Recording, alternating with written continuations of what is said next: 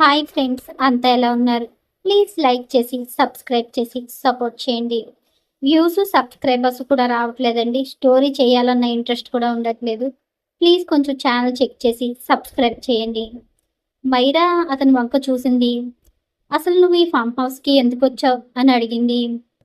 ఆదిత్య వెంటనే భుజాలు ఎగరేసి, ఏం చేస్తాం, మీరు జోధ్పూర్ మహారాణి కదా, మీ ప్యాలెస్లో అన్ని సౌకర్యాలు ఉంటాయని వచ్చేసాను అని వ్యంగ్యంగా అన్నాడు. ఆ మాట వినగానే మైరా మొహం చిన్నబోయింది. చాలా మాట్లాడుతున్నావు అని అతని వైపు కోపంగా చూసింది. ఆదిత్య మాత్రం నవ్వు ఆపుకోలేక గట్టిగా నవ్వేశాడు. ఆదిత్య నవ్వుతూనే కిచెన్లోకి నడిచాడు.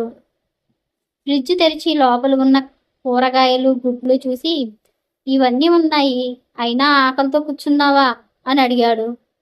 మైరా చేతులు కొట్టుకుని, నాకు వంట చేయటం రాదు అంది. ఆదిత్య ఒక్కసారి ఆమె వైపు తిరిగి, ఏమన్నావు, ఇంత పెద్ద ఫామ్ హౌస్లో ఒంటరిగా ఉండడానికి వచ్చావు, వంట మాత్రం రాదా అనేశాడు. వంట మాత్రం రాదా అని నవ్వేశాడు. నవ్వకు అని మైరా మొహం తిప్పుకుంది. సరే, ఈరోజు నేను చేస్తాను, కానీ ఒక షరతు అన్నాడు ఆదిత్య. ఏంటి అని మైరా అడిగింది. నువ్వు కాయగూరలు కట్ చెయ్యి అన్నాడు. నేనా, అస్సలు చేయను అంది. అయితే భోజనం కూడా లేదు అని ఆదిత్య భుజాలు ఎగరేశాడు. బ్లాక్మెయిల్ చేస్తున్నావా అని మైరా కోపంగా అడిగింది. దాన్ని కుకింగ్ మెడిటేషన్ అంటారు అని అన్నాడు నవ్వుతూ. కోపంతో మైరా కత్తి తీసుకుని కూరగాయలు కోయడం మొదలుపెట్టింది. 2 నిమిషాల్లోనే అయ్యో అని అరిచింది. వేలికి చిన్న ఘాటు పడింది. రక్తం బొట్టు బయటకు వచ్చింది. ఆదిత్య వెంటనే ఆమె చేతిని పట్టుకుని, ఒక క్షణం కదలకు అన్నాడు. మైరా వెంటనే తన చేతిని వెనక్కి లాగేసుకుంది. ఏయ్, నా చేతిని పట్టుకోకు అంది. ఆదిత్య నవ్వుతూ, సరే మహారాణి గారు, మీరు ఫస్ట్ ఎయిడ్ కూడా చేసుకోరా ఏంటి అన్నాడు. మైరా మొహం చిట్లించింది. చాలా డ్రామాలు చేస్తున్నావులే అంది. డ్రామా నేను కాదండి, ఉల్లిపాయలు కొయ్యలేక వేలు కోసుకున్న వాళ్ళది అన్నాడు ఆదిత్య. ఆ మాట విన్న మైరా కోపంతో చేతిలో ఉన్న చిన్న క్యారెట్ ముక్కను అతని మీదకి విసిరింది.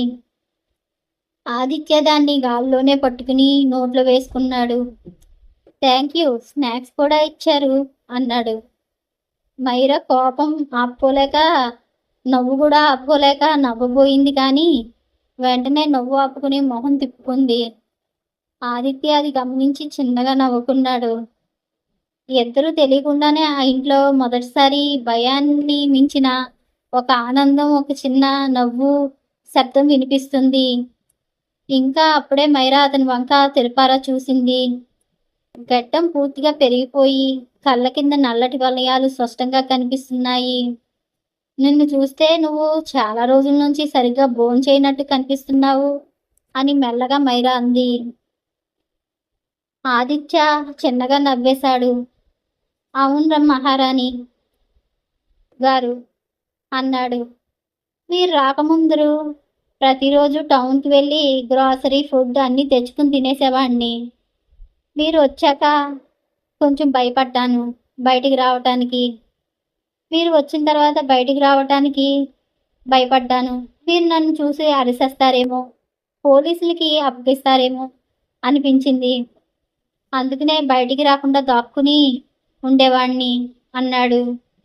ఇంకా భోజనం అంటారా, ఫ్రిడ్జ్లో మిగిలిన పాలు బార్బీకి, మీరు తినకుండా వదిలేసిన భోజనం నాకు, అది కూడా డిన్నర్ అని నవ్వుతూ చెప్పాడు. పగలు నీళ్లు, రాత్రి మాత్రమే భోజనం దొరికేది అని సరదాగా అన్నాడు. ఆ మాట విన్న మైరా ఒక్కసారి నిశ్శబ్దం అయిపోయింది. ఇప్పటి వరకు తన వల్ల అతను ఇబ్బంది పడ్డాడన్న విషయం ఆమెకు అస్సలు తెలీదు. అతని ముఖం వైపు మరోసారి చూసింది. కోపం మాత్రం పూర్తిగా పోకపోయినా మనసులో ఎక్కడో చిన్నపాటి బాధ మొదలైంది. ఆదిత్య ఇంకేం మాట్లాడకుండా వంట పూర్తి చేశాడు. 2 ప్లేట్లలో వేడివేడి అన్నం, పప్పు వడ్డించి ఒక ప్లేట్ మైరా ముందు పెట్టాడు. తినండి మహారాణి గారు అన్నాడు. ఈసారి మాత్రం పిల్లికి వదిలేయొద్దు అని నవ్వుతూ అన్నాడు. మైరా మొదట ఏం మాట్లాడలేదు. నెమ్మదిగా తినటం మొదలుపెట్టింది.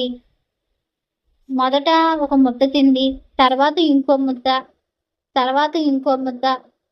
చూస్తుండగానే చాలా రోజుల తర్వాత నిజంగా ఆకలి వేసినట్లుగా వేగంగా తినటం మొదలుపెట్టింది. ఆదిత్య మాత్రం తన ప్లేట్లో కొద్దిగా అన్నం మాత్రమే వేసుకుని చాలా నెమ్మదిగా నవ్వుతూ తింటున్నాడు. మైరా అతని ప్లేట్లోకి చూసి, అంతేనా, అంత తక్కువ ఎందుకు పెట్టుకున్నావు అని అడిగింది. నాకు తక్కువ తినడం అలవాటైపోయింది అని ఆదిత్య చిన్నగా నవ్వాడు. చాలా రోజుల నుంచి సరిగ్గా తినలేదు కదా, ఒక్కసారి ఎక్కువగా తింటే వాంతింగ్ వచ్చేస్తుంది అన్నాడు. ఆ మాట విన్న మైరా చేతిలోని ముద్ద మధ్యలోనే ఆగిపోయింది. ఆమె నిశ్శబ్దంగా తన ప్లేట్లో ఉన్న కూరలో సగం, అన్నం సగం తీసి ఆదిత్య ప్లేట్లో వేసింది. అన్నంలో సగం తీసి ఆదిత్య ప్లేట్లో వేసింది. నాకు ఇంత చాలుతుంది అని మొహం తిప్పుకుని అంది. ఆదిత్య ఆమె వైపు చూస్తూ నవ్వుకున్నాడు. థ్యాంక్ యూ మహారాణి గారు అన్నాడు. ఎక్కువ మాట్లాడితే ప్లేటు మళ్ళీ లాగేసుకుంటాను అని మైరా కోపంగా అంది. ఆదిత్య నవ్వుకుంటూ తినడం మొదలుపెట్టాడు. చాలా రోజుల తర్వాత అతని మనసుకి చాలా ప్రశాంతంగా ఉంది. చాలా రోజుల తర్వాత ఏ భయము బాధ లేకుండా భోంచేస్తున్నాడు అతను. ఇద్దరు ఒకే డైనింగ్ టేబుల్ దగ్గర నిశ్శబ్దంగా కూర్చుని కడుపు నిండా భోజనం చేశారు. భోజనం అయిపోయిన తర్వాత ఇద్దరు హాల్లో నిశ్శబ్దంగా కూర్చున్నారు. కొన్ని క్షణాల తర్వాత మైరా నెమ్మదిగా బార్బీని వెతకడానికి ఇప్పుడే వెళ్దామా అని అడిగింది. ఆదిత్య కిటికీ బయట చూసి తల అడ్డంగా ఊపాడు. ఇప్పుడు కాదు, చీకటి పడుతుంది. ఇంత చీకటిలో మనం అడవిలో ఎలా బార్బీని ఎతకగలం? ఉదయం వెళ్తాం, అప్పుడైతే వెలుతురు వస్తుంది కదా అన్నాడు.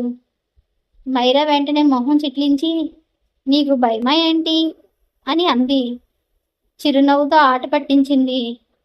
ఆదిత్య కూడా నవ్వుతూ, నాకు కాదు మహారాణి గారు, కానీ మళ్ళీ అడవిలో దారి తప్పిపోయి ఈసారి నిన్ను మోసుకుని రావాలి అంటే కొంచెం కష్టం కదా. అవసరం లేదు, ఈసారి నేను ఎక్కడ వదిలేసినా వచ్చేయగలను అంది మైరా నవ్వుతూ. ఇద్దరూ ఒకరినొకరు చూసుకుని చిన్నగా నవ్వుకుని, కొద్ది రోజుల తర్వాత ఆ ఫామ్ హౌస్లో మొదటిసారి భయం బదులుగా నవ్వుల శబ్దం వినిపిస్తుంది. రాత్రి మళ్ళీ నిశ్శబ్దంగా మారిపోయింది. మైరా నెమ్మదిగా, నువ్వు హాల్లో సోఫాలో పడుకో, నేను నా గదిలో పడుకుంటాను అంది. ఆదిత్య చిన్నగా నవ్వి, మహారాణి గారు, నాకు పై అంతస్తులో ఒక రూమ్ ఉందని మర్చిపోయారా అన్నాడు. పై అంతస్తులోనా అని మైరా ఆశ్చర్యంగా అడిగింది. రండి, పైన చూపిస్తాను అని ఆదిత్య మెట్లు ఎక్కడం ప్రారంభించాడు. కొద్దిసేపు సందేహంగా నిలబడిన మైరా కూడా అతని వెంట వెళ్ళింది. పై అంతస్తుకు చేరుకున్న తర్వాత ఆమె ఒక్కసారిగా ఆశ్చర్యపోయింది. పొడవైన కారిడార్కి ఇరువైపులా వరుసగా ఉన్న గదులు ఎంతో శుభ్రంగా నీట్గా ఉన్నాయి. ప్రతి గదిలోనూ అందమైన చెక్క ఫర్నిచర్, మెరిసే లైట్లు, చక్కగా సర్దిన మంచాలు కనిపిస్తున్నాయి. ఒక్క గది తలుపు తెరిచి ఆదిత్య, ఇదేనండి నేనుండే రూము అన్నాడు. గదిలో ప్రతి వస్తువు ఎంతో శుభ్రంగా క్రమంగా అమర్చబడి ఉంది.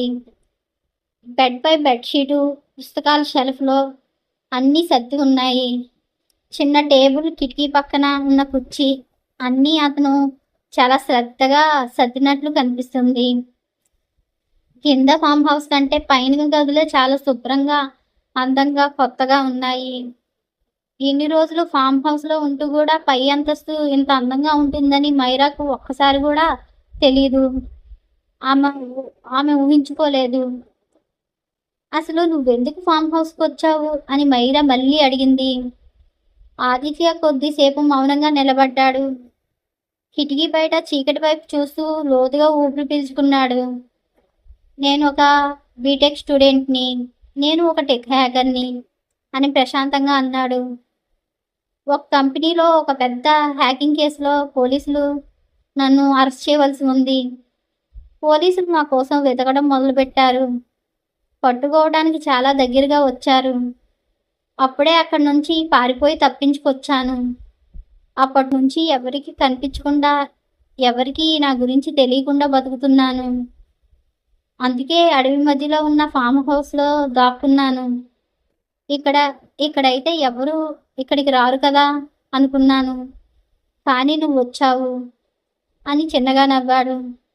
నిజం చెప్పాలంటే నువ్వు ఇంట్లోకొచ్చిన మొదటి రోజు నేను చాలా భయపడ్డాను.